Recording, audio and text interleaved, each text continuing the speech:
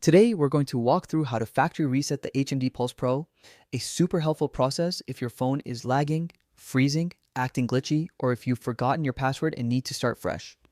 A factory reset wipes everything and restores your device back to its original state, so it's basically like giving your phone a clean new life.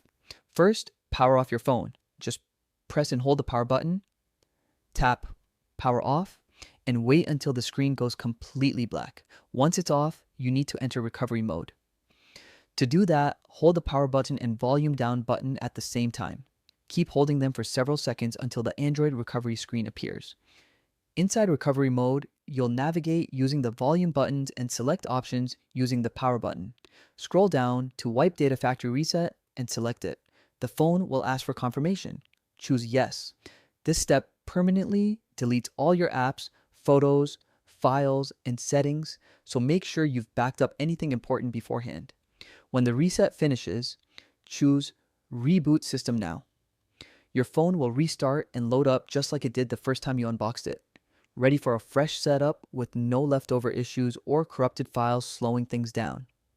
A factory reset can feel like a big step, but it's one of the most effective ways to fix stubborn problems, remove software glitches, or prepare your phone for a new user.